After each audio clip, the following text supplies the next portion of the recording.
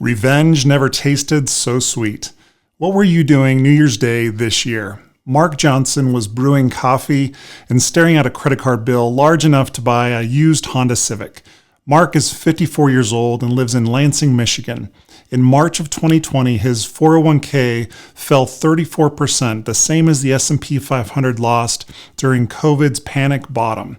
2 years later, flush with stimulus cash and cabin fever, I'm sure we can all relate to that. He and his wife went on 2 cruises. They bought a brand new F-150, installed a $7,000 outdoor kitchen. Classic revenge spending. Inflation, though, never RSVP'd to the after party. Between 2020 and late 2024, grocery prices climbed roughly 25%. His variable rate mortgage more than doubled, and his Visa now bills him an eye-watering 24.2% APR, the national average in May of 2025. Last year alone, he paid $1,900 in interest, almost another mortgage payment. So, at 9 a.m. on January 1st, he moved $10,000 into an online account paying 4.66% interest and swore, if overspending got me here, then oversaving will get me out. Mark had just joined the new movement economists are calling revenge saving. What exactly is revenge saving? Well, revenge saving is a deliberate and some might say defiant decision to stockpile liquid money after a stretch of financial excess or economic chaos. Think of it as a detox for your wallet. The Bureau of Economic Analysis shows the personal savings rate jumped from 4.1% in January to 4.9% in April of 2025. That 0.8 might sound tiny, but roughly $21 trillion of disposable income means U.S. households redirected about $84 billion into cash cushions in just a single quarter. Google Trends backs this up. Searches for high-yield savings accounts by men aged 45 to 64 are up 72% year over year. This isn't theory, it's millions of dads opening new accounts while their college-age kids are asleep. Let's take a look back on history at 4 historical waves of revenge saving. Early 1990s, the CD craze. After the 1990-91 recession, unemployment topped 7%, and banks dangled federally insured CDs, or certificates of deposit, nearly at 8%. The savings rate stayed above 8 through 1992, roughly double today's level. Then we have the dot-com hangover and 9/11 rebates. Post-crash NASDAQ was down 78%. Congress then mailed out $600 rebate checks. Consumer surveys showed half the money went straight to the bank accounts instead of big box stores. The Great Recession thrift comeback. In early 2008, the savings rate hugged 0. By June of 2009, it rocketed to 6.9% as layoffs spread and stimulus checks landed. Then we have the pandemic surge. In April of 2020, saw a record 32% rate thanks to lockdowns and relief payments. Nearly 1/3 of every dollar stayed in a bank. 2025 marks wave 5. The twist is savers aren't hiding. They're deliberately chasing yield that finally beats inflation. Let's look at individuals 45 to 65 who are leading the charge in inflation fatigue. Overall, CPI is up 2.3% year over year in April of 2025, but food is still 3% up and shelter is plus 4%. Then we look at the confidence crisis. The University of Michigan Consumer Sentiment Index is stuck at 52.2. It's barely half the 2019 norm. Then you add on punishing debt. Average credit card APRs is 24.2%, and plenty of rewards cards can top 28%.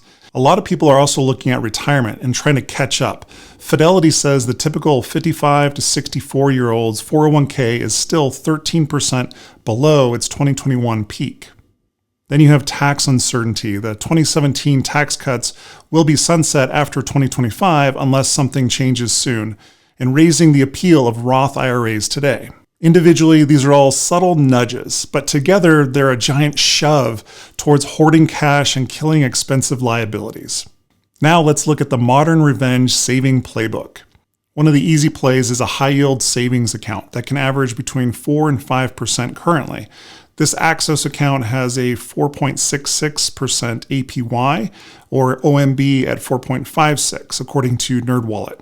The historical echo on this is 8% CDs back in 1991. Then you look at the 6-month Treasury ladder, which is about 4.85% as of May of 2025. This echoes back to the Series EE bond spike after 9/11. A lot of people will also be looking to pay down debt using this debt avalanche method on those 24% interest cards. So today's rate's at about 24.2% as of May of 2025. Back in 2009, there was the debt snowball and all of the blogs that were encouraging using that method as well.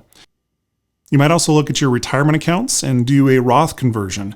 Now, assuming the Tax Cuts and Jobs Act sunsets at the end of 2025, you need to make sure you get that done before 2026. Obviously, there's a lot of things going on with bills in Congress as we speak, but that could change as well.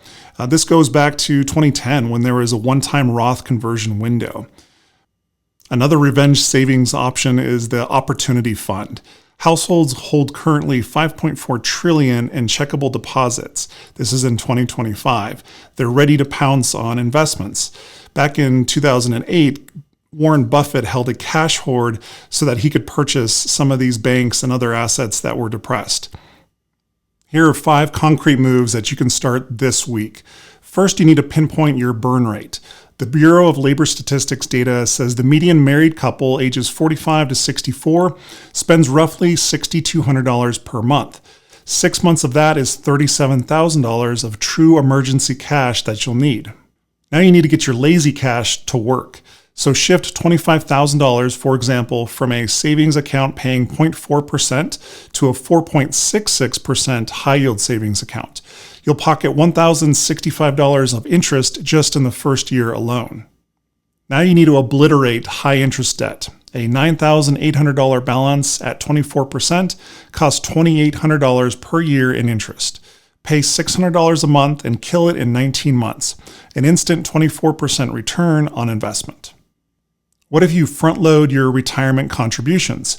Over 50 Catch-Ups let you stash $30,500 in your 401k for 2025. At 6%, that single deposit can grow to $52,000 in just 10 years. Then you look at building your 6-layer resilience stack, starting with a cash savings account. Then you look at T-bills or Bitcoin. I recorded a video which I'll include a link down in the description below and why Bitcoin is now the preferred gift instead of T-bills. Then look at making sure you get all of your consumer debt paid off. Then you look at your Roth conversions and your Roth buckets, the taxed advantage accounts. Then you look at right-sizing your insurance, making sure that you have the right liability insurance, the right insurance for your house, making sure it's not underinsured. Then you look at building an opportunity fund so you can take advantage of lower prices when the market does go down. In 2009, folks who had cash bought index funds 50% off and doubled their money within 10 years.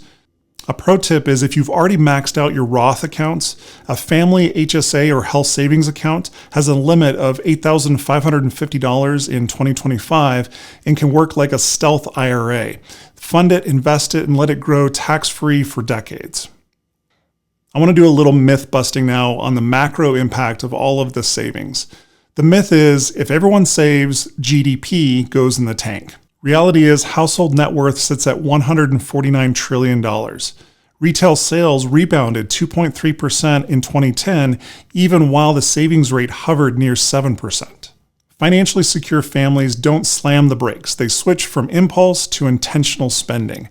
Whenever the savings rate blips higher, headlines scream, America is about to thrift itself into a recession. Let's separate myth from math.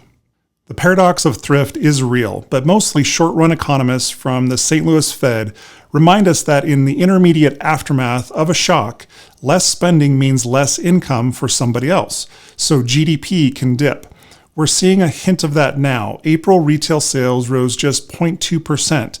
In Q1, consumer spending growth was revised down 1.2% from 4%.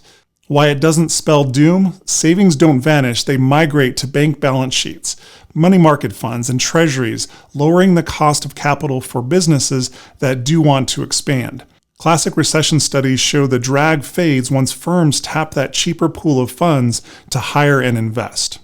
Number 2, household balance sheets are actually stronger. Net worth hit $169 trillion at the end of 2024, up 22% from pre-COVID. Checkable deposits and money market assets still hover near $5.4 trillion. This is dry powder that can re-enter the economy quickly through big ticket buys or brokerage accounts. Number 3, growth forecasts still point positive. Deloitte's Q1 of 2025 outlook pegs real GDP growth at 2.6% this year, even with a higher savings rate, because businesses counter weaker retail with stronger capital expenditures once borrowing costs ease. Number 4, a cushion today prevents a crash tomorrow.